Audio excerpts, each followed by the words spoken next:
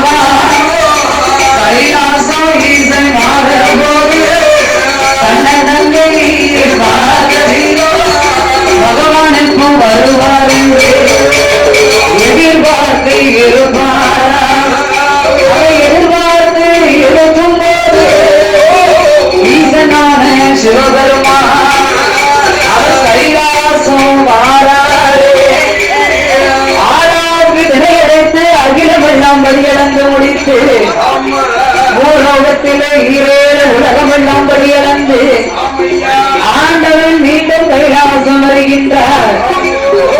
தன்னன் தந்தையாகப்பட்ட பார்வதி படியளக்க மூலவர் பகவான் எப்போ கைலாசம் வருவார் என்று கைலாச வாசல்களிலே எதிர்பார்த்துக் கொண்டிருந்தார். எதிர்பார்த்து இருக்கும் போது ஆண்டவனோ கைலாசம் வருகின்ற வேளையில பார்வதி தங்கள் தாமரத்தை எடுத்து வைத்தார். அதில் பகவானை நிற்க சொல்லி பாரிசாத மலர் எடுத்து கெட்டியிலே ஜலம் எடுத்து உள்ள பகவானுக்கு பாத பூஜை முடித்தார். சக்தி பணிவரைகள் செய்தார். அப்படி சக்தியும் சிவகமாக கையிலே விருவரிக்கும் போது ஆதி